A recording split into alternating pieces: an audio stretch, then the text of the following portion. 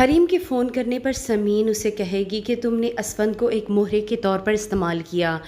اگر فراز کو یہ ساری باتیں پتہ چل گئیں کہ تم ہی اس کے بھائی کی قاتل ہو تو سوچو تمہارا کیا ہوگا۔ اب تو تم خوش ہو رہی ہو کہ فراز تم سے شادی کرنے پر رضامند ہو چکا ہے۔ فراز کی ماں کو حریم پر شک ہو جائے گا کیونکہ جس طرح حریم بیہیو کر رہی ہے اسے لگتا ہے کہ یہ کچھ نہ کچھ سازش ہے۔ حریم بہت زیادہ خوش ہوگی، وہ خوشی خوشی اپنا سامان پیک کر کے یہاں سے جانے لگے گی کہ ایک بہت بڑی بارات اس کے گھر آئے اور پوری طرح سے اس کو دلہن بنا کر دوبارہ سے رخصت کرا کر اس گھر میں لایا جائے۔ اسی لیے وہ فراز کی ماں سے کہے گی کہ میرا اس گھر میں رہنا مناسب نہیں ہے۔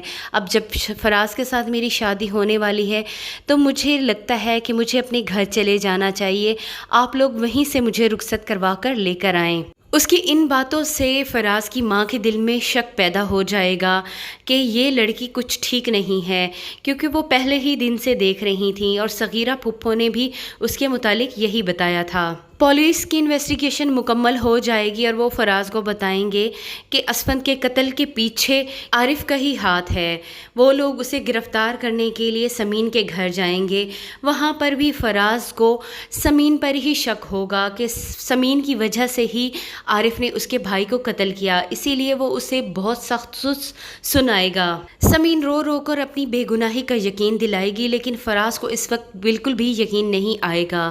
فراز کی آنکھیں تب کھلیں گی جب عارف حریم کے بارے میں بتائے گا کہ یہ سارا منصوبہ اسی کا گھڑا ہوا تھا اور اسی نے ہی اسے مجبور کیا تھا کہ اگر وہ اس کا ساتھ دے گا تو وہ اس کی شادی سمین کے ساتھ کر دے گی، کیونکہ فراز اسے طلاق دے دے گا۔